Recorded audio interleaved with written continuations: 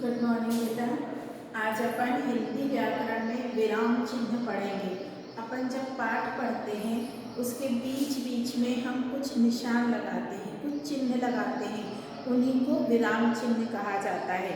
विराम चिन्ह आपकी व्याकरण की बुक में ये कोई पाठ नहीं है, लेकिन ये हम आपको व्याकरण का एक हिस्सा है, इसलिए हम आपको ये समझा रहे हैं ना। विराम चिन्हों का आपके पाठ के जो अपने हिंदी के पाठ हैं उसमें पीछे पीछे कई जगह पर दिए हुए इसके क्वेश्चन, इसलिए विराम चिन्ह हम आपको समझा रहे हैं। ये हिंदी व्याकरण का कोई पाठ नहीं है, आपकी बुक में नहीं है ये अभी व्याकरण में विराम चिन्ह, लेकिन विराम चिन्ह अपन को समझ में आना चाहिए, इसलिए हम आपको ये वीडियो भेज रहे हैं और इसको समझना है, सुनना है आपको, ठीक है।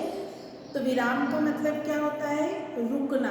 जब हम कहीं जाते हैं, बहुत दूर तक हम चल के चले जाते हैं तो थक जाते हैं, थकने के कारण हम क्या होता है थोड़ी देर के लिए बैठ जाते हैं, और जब हम बैठ जाते हैं तो हमें थोड़ा आराम मिलता है, फिर हम अपना सफ़र चालू कर देते हैं। तो वो जो हम रुकते हैं, थक कर हम जब रुकते हैं थोड़ी देर के लिए, तो उसी को क्या कहते हैं? आराम करना या विराम लेना, है ना।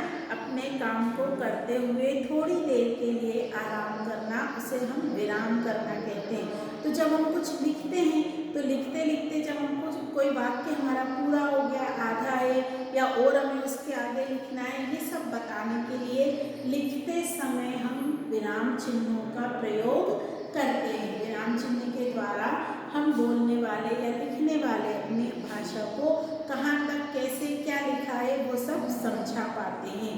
तो विराम चिन्हों का बहुत महत्वपूर्ण वो होती है, जगह होती है इसमें। यदि हमने विराम चिन्ह सही नहीं लगाए हैं तो बात गलत हो जाती है। जैसे हमने बोला रुको जाओ मत, तो इसका मतलब क्या हो गया? हमने रुको बोल के थोड़ी देर रुके, फिर हमने बोला जाओ मत, तो इसका मतलब है कि हम जिससे भी बोल रहे हैं उसको यहाँ रुकना है।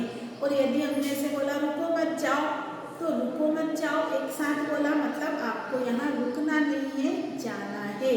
तो शब्द वही है, रुको मत जाओ, लेकिन उनको बोलने का तरीका हमको जब हम बोल रहे हैं तो समझ में आ रहा है, लेकिन इसी चीज़ को यदि हमने लिखा है तो वो सामने वाला कैसे समझेगा, उसे समझाने के लिए हमें विराम चिन्हों का प्रयोग करना पड़ता है। तो विराम चिन्ह कौन कौन से होते हैं? पूर्ण विराम, अल्प विराम, प्रश्न सूचक, विस्मयादिबोधक और योजक, है ना। सबसे पहले होता है पूर्ण विराम। पूर्ण विराम क्या होता है? जब हमारी बात पूरी हो जाती है, इसको बोलते हैं पूर्ण विराम। जब हम कोई बात किसी से कहना चाहते हैं और वो बात हमारी पूरी हो जाती है, हमारा वाक्य जो है वो पूरा हो जाता है, तब हम इस विराम चिन्ह का प्रयोग करते हैं। मैं खाना खा रहा हूँ, हमारी बात पूरी हो गई है, हम पूर्ण विराम लगाएंगे। मैं भोपाल गया था, हमारी बात पूरी हो गई है, हम पूर्ण विराम लगाएंगे। जहाँ पर हम जो कहना चाहते हैं वो बात पूरी हो जाती है, हमारा वाक्य पूर्ण हो जाता है, तब हम इस चिन्ह का प्रयोग करते हैं वाक्य के अंतिम में, वाक्य के आखिरी में इस चिन्ह का प्रयोग किया जाता है और इसे हम कहते हैं पूर्ण विराम। उसके बाद होता है अल्प विराम, ये वाला है ना। ये अल्प विराम हम कब लगाते हैं? जब हम किसी बात को बोल रहे हैं लेकिन अभी वो पूरी नहीं हुई है, हमको वो लंबी बात है, इसलिए हम उसमें थोड़ा थोड़ा सा रुक रहे हैं। जैसे सीता, गीता, रीता पक्की सहेलियाँ हैं, तो सीता, रीता, गीता तीनों के नाम लेने के बीच में हमने थोड़ा थोड़ा सा आराम किया है, थोड़ा सा विराम लिया है, तो वहाँ पर हम इस चिन्ह का प्रयोग करते हैं। तो इसे कहते हैं अल्प विराम, थोड़ी देर के लिए रुकना, इसे अल्प विराम कहा जाता है। तुम मेरे साथ चलोगे, है ना, तो तुम मेरे साथ चलोगे, ये तो हमारा क्वेश्चन मार्क वाले में आ जाएगा। तो इस तरह के जो प्रश्न होते हैं या जो वाक्य होते हैं, उन वाक्यों को पढ़ने वाला जब हम बोलते हैं तो बोलने में तो सुनने वाले को सब समझ में आ जाता है, लेकिन यदि हमने उसे लिखा है तो पढ़ने वाले को कैसे समझ में आए कि हमने क्या लिखा है, उसके लिए हमें क्या करना पड़ता है?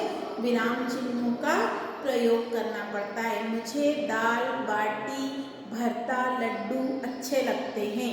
तो दाल बाटी भरता लड्डू इनके आगे आगे हमको ये अल्प विराम लगाना होगा, जिससे पता पड़ेगा कि हमारा वाक्य पूरा नहीं हुआ है। अच्छे लगते हैं में हम फिर पूर्ण विराम लगा देंगे। उसके पहले जो हमने एक जैसे शब्द बोले हैं उनमें हम अल्प विराम लगाएंगे। फिर आता है प्रश्न सूचक, ये वाला क्वेश्चन मार्क है ना, प्रश्न सूचक। इसको हम कब लगाते हैं? जब हम किसी से प्रश्न पूछते हैं। यदि हमारे पास किसी चीज का उत्तर नहीं है, हम सामने वाले से उसका उत्तर पूछना चाहते हैं, उसका उत्तर चाहते हैं, तो हम उससे जो बात पूछेंगे उसे हम प्रश्न कहते हैं। तुमने खाना खा लिया क्या? क्या, कौन, कैसे, ऐसे वाले शब्द आते हैं उसमें, वहाँ पर प्रश्नवाचक चिन्ह लगाया जाता है। कल तुम कहाँ गए थे? तुम मेरे साथ चलोगे क्या? तुम क्या कर रहे हो? मस्ती कौन कर रहा है? कल तुम सब कहाँ गए थे? कल छुट्टी होगी क्या? ये वाले जो प्रश्न होते हैं इनमें हम प्रश्न सूचक जिसका हमें उत्तर मिलता है। तुम क्या कर रहे हो? मैं खेल रहा हूँ। कल तुम कहाँ गए थे? मैं भोपाल गया था। तुमने खाना खा लिया क्या? हाँ खा लिया। तो ऐसे वाले जो शब्द हैं जिनका हमको उत्तर सामने वाला देता है, उस वाले वाक्य के आखिरी में हम ये चिन्ह लगाते हैं और इसे कहते हैं प्रश्नवाचक चिन्ह। ठीक है। फिर उसके बाद होता है विस्मयादि बोधक, ये वाला, ये होता है विस्मयादि बोधक। एक लाइन होती है, उसके नीचे एक बिंदी होती है, इसको कहते हैं विस्मयादि बोधक चिन्ह। विस्मय यानी आश्चर्य होना, किसी चीज को देखकर एकदम आश्चर्यचकित हो जाना, उसे हम कहते हैं विस्मय। किसी चीज को देखकर घृणा होना, किसी को देखकर दुख होना, किसी को देखकर खुशी होना, आश्चर्य होना, ये वाले जो शब्द होते हैं ये इनको कहते हैं हम विस्मयादि बोधक शब्द। तो उन शब्दों में हमको ये वाला चिन्ह लगाना पड़ता है और इस चिन्ह को कहते हैं विस्मयादि सूचक चिन्ह। यदि हमने किसी को देखा, बाप रे कितना गंदा कमरा है, तो बाप रे, बाप रे शब्द जो है वो विस्मय सूचक है, तो उसके बाद हम इस चिन्ह को लगाएंगे। क्यों? इतनी गंदे कपड़े पहने हैं, वो भी विस्मयादि सूचक है। ओ इतना बड़ा सांप, वाह कितनी सुंदर ड्रेस है, तो वाह, ओ वाह, ये वाले जो शब्द होते हैं ये विस्मय सूचक शब्द होते हैं।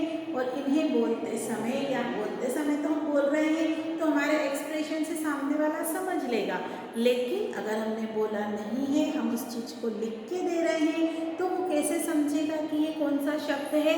तो उसके लिए हम ये वाला चिन्ह लगाते हैं, विस्मय सूचक चिन्ह। इससे पता पड़ता है कि हम जो कह रहे हैं वो बात विस्मय वाली है, आश्चर्यचकित है।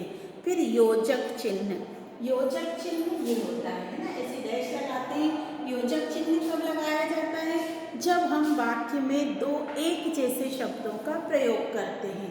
मैं रात दिन पढ़ता हूँ, तो रात दिन उन दोनों के बीच में इस योजक चिन्ह को लगाया जाएगा।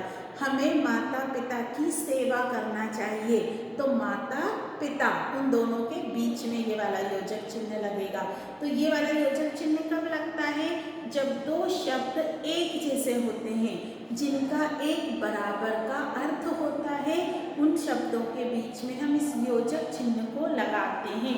मैं दिन रात पढ़ता हूँ, हमें माता पिता की सेवा करना चाहिए, और भी बहुत सारे ऐसे शब्द होते हैं जिनके बीच में हम इन योजक चिन्हों का प्रयोग करते हैं। तो ये थे आपके विराम चिन्ह। ये आपके बुक में नहीं है बेटा, लेकिन ये जनरल नॉलेज की चीज़ है। अभी अपन वीडियो पढ़ रहे हैं, वीडियो आप लोग देख रहे हो, तो विराम चिन्ह हमने आपको आज समझाया है ताकि आपको लिखने में कोई गलती ना हो। कहाँ पर हमें क्या चिन्ह लगाना है उसका आपको पता हो, इसलिए हमने ये बनाया है। तो इसको आपको सिर्फ समझना है और सुनना है। Thank you.